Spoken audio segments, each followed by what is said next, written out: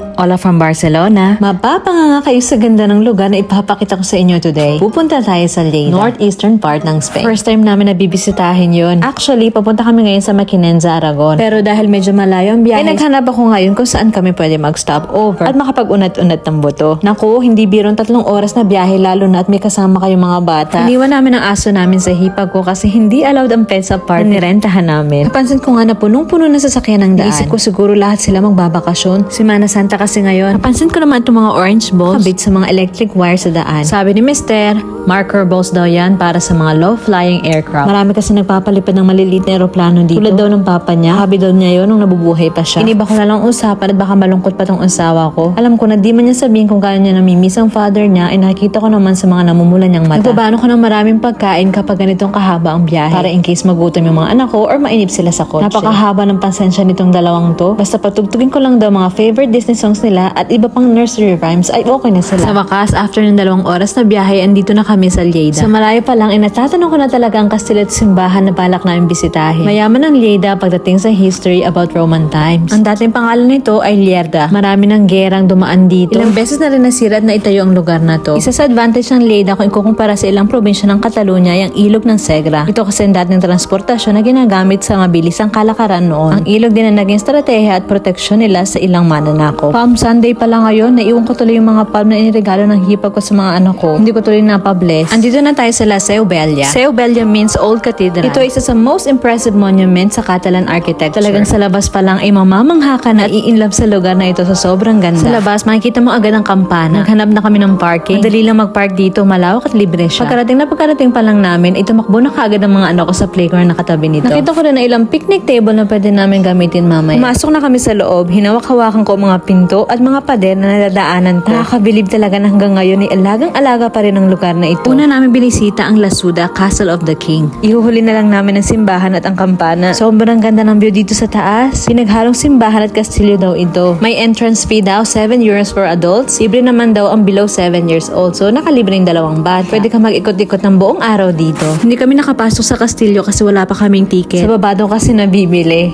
Ang taas pa naman ng lakad namin. Tinamad na rin kami bumalik dito kasi nagutom ng mga anak ko. Sayang, maganda daw sa loob. Isang lugar siya kung saan nagmi-meeting ang mga politicians noon. Si Julia nakipagkarera pa kay kuya. This historical monument daw ay tinayo noong 1200 to 1500. Grabe, tagal na, no? Napakompute talaga ako, so parang 800 years na. Sa harap naman ay ang Gothic Apostles Gate. Ito ang main entrance na sarado. Imagine mong buksan at isarado ang pinto na ito. Mabigat siguro. Ang ganda ng design. So talaga ang focal point sa harap ng simbahan. Nagpitsura naman kami dito sa labas para kako may remembrance kami. Pumasok na kami at bumili ng ticket. Sa haba na biniyahe namin, syempre hindi ko ito palalagpasin. Wow! Ito ang cloister. Kino-consider nila ito na isa sa pinakamalaking Gothic cloister sa buong Europe. Mamaya na natin pasukin. Puntahan muna natin ang simbahan. Ang simbahan na ito ang pinakakilalang landmark ng Lleida na matatagpuan sa tuktok ng isang burol. Ang simbahan na ito raw ay simbolo ng religious devotion at testament sa power ng Catholic Church noong medieval times. Grabe, nakakamangha talaga dito sa loob. Mula sa matataas na tore ng kampana hanggang sa bawat carving ng mga walls, pinto at bawat sulok ng simbahan, bawat elemento at kulay ay talagang umaayon at nag-aambag sa magandang kabuuan ng simbahan. Sana madala ko lahat dito ang pamilya ko. May salamin din nga pala dito para maiwasan yung magkaroon kayo ng stiff neck. Kakatingin sa taas.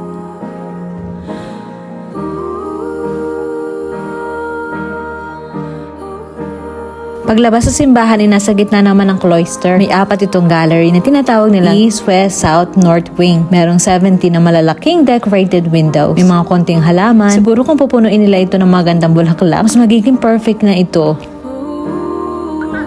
Sa ilang parte ng cloister, may makikita rin kayo naka-engrave na laro. Alquerque ang tawag nila noong unang panahon sa tic-tac-toe. Paglabas ko naman sa cloister, nakita ko naman itong asawa ko na kinakalikot ang malaking relo na ito. Last namin binisita ang bell tower. So malayong malayo, ito talaga natatanaw ko sa kotse. Nasa 60.60 meters ang taas at meron itong spiral staircase na merong 238 steps na pwede mong akyatin para ma-enjoy mo ang panoramic view sa taas. Hindi kami nagdalawang isip. Ang tatapang ng mga anak ko. Naku, nahirapan talaga ako. Ramdam ko talaga na naman hidang binti ko pagkarating sa taas. Nabilib ako sa bunso kong anak na 3 years old. Talagang inakyat niyan 238 steps na yan. Tumutunog ang kampana every hour. So kung aakyat ka, tingnan mo yung oras. Sobrang ganda sa taas. Sulit na sulit ang pagod.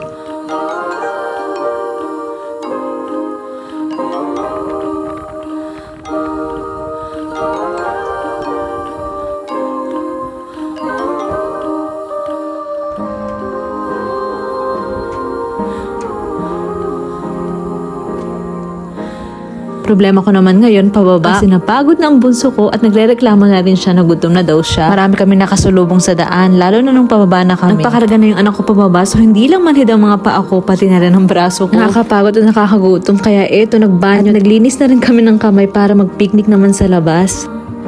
Tuwing nagagala kami ng 2 araw, nagbabaon talaga kami ng pagkain. Kasi bukod sa mahirap na makahanap ng restaurant na bukas, ay napakamahal din. Nagbaon kami ng tanghalian at hapunan. Dito kami sa park kakain. Para habang naglalaro ang mga anak ko, ay may time kami mag-set up ng table. Roasted chicken, rice, patatas, corn, at mga prutas ang dala ko for lunch. Mamaya ko na ipapakita sa inyo ang dinner namin. At kung saan kami mag-i-stay. Medyo mahaba na kasi itong vlog na to. Maganda din yung lugar na napuntahan namin. May excite na nga ako ipakita sa inyo. Magandang panahon, medyo mainit, pero okay lang. Para magkaroon naman kami ng magandang kulay ng asawa ko. Medyo namumutla na kasi kami ng dahil sa lamig. Nakadalawang bulos ako at nag-enjoy kami ng pamilya ko dito. Naubos halos namin ng lunch. Talagang ginutom kami ng simbahan na ito. So hanggang dito na lang muna ang video natin for today. Comment na lang sa baba kung ano pinaka nagustuhan nyo sa video na ito. Hanggang sa susunod. Adios! Nakakatamad magligpit ng pinggan.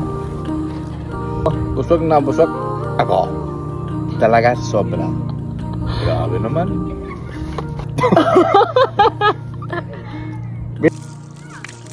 Babe!